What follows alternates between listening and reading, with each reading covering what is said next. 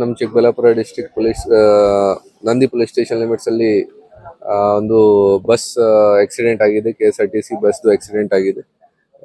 Basically ಇದು Kanive Narayanapura VTU campus ಪಕ್ಕದಲ್ಲಿ ಇದು ಬಸ್ ಒಂದು ಪಲ್ಟಿ ಆಗಿದೆ ಅರೌಂಡ್ 11:30.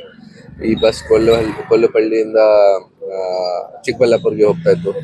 ಆ ಟೈಮ್ಗೆ ಇಲ್ಲಿ ಕ್ರಾಸಿಂಗ್ ಮಾಡಿದಾಗ ಟೈಮಲ್ಲಿ ಒಂದು ಟಿಪ್ಪರ್ಗೆ ಕ್ರಾಸ್ ಮಾಡ್ತಾ ಇದ್ರು. ಆ ಟೈಮ್ಗೆ ಗಾಡಿ ಪಲ್ಟಿ ಆಗಿದೆ. ಟೋಟಲ್ 26 ಪ್ಯಾಸೆಂಜರ್ಸ್ ಇದ್ರು. ಡ್ರೈವರ್ ಕಂಡಕ್ಟರ್ ಕೂಡ ಇದ್ರು. ಬಟ್ ಎಲ್ಲರಿಗೆ ಸಣ್ಣ ಪುಟ್ಟ ಇಂಜರೀಸ್ ಆಗಿದೆ, ಯಾರಿಗೆ ಮೇಜರ್ ಇಂಜರೀಸ್ ಆಗಿಲ್ಲ. ಎಲ್ಲರಿಗೆ ಹಾಸ್ಪಿಟಲ್ ಶಿಫ್ಟ್ ಮಾಡಿದೀವಿ ನಾವು.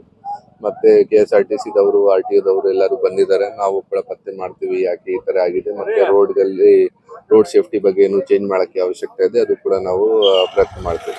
ಸರಿ, ಎಷ್ಟು ಜನ ಗಾಯ ಆಗಿದೆ? ಟೋಟಲ್ 26 ಜನ ಇದ್ರು. ಎಲ್ಲರಿಗೆ ಸಣ್ಣ ಪುಟ್ಟ ಗಾಯ ಆಗಿದೆ. ಸುಮಾರು ಜನ ಇಲ್ಲಿ ನಮ್ಗೆ ಕೂಡ ಸಿಕ್ಕಿದ್ರು, ಪ್ಯಾಸೆಂಜರ್ ಕಂಡಕ್ಟರ್ ಎಲ್ಲರೂ ಸಿಕ್ಕಿದ್ರು. ಅವ್ರಿಗೆ ಜಾಸ್ತಿ ಗಾಯ ಆಗಿಲ್ಲ, ಬಟ್ ಅವ್ರಿಗೆ ಕೂಡ ಫಸ್ಟ್ ಏಡ್ಗೋಸ್ಕರ ಕಳ್ಸಿದೀವಿ.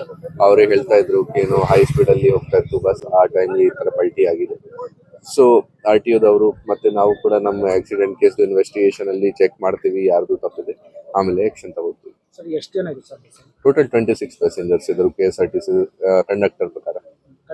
ಡ್ರೈವರ್ಗೆ ಸ್ವಲ್ಪ ಜಾಸ್ತಿ ಹೇಟ್ ಆಗಿದೆ, ಏನು ತಲೆ ಮೇಲೆ ಹೇಟ್ ಆಯಿತು. ಬಟ್ ಅವ್ರಿಗೆ ಹಾಸ್ಪಿಟಲ್ ಅಲ್ಲಿ ಟ್ರೀಟ್ಮೆಂಟ್ ನಡ್ತಾ ಇದೆ.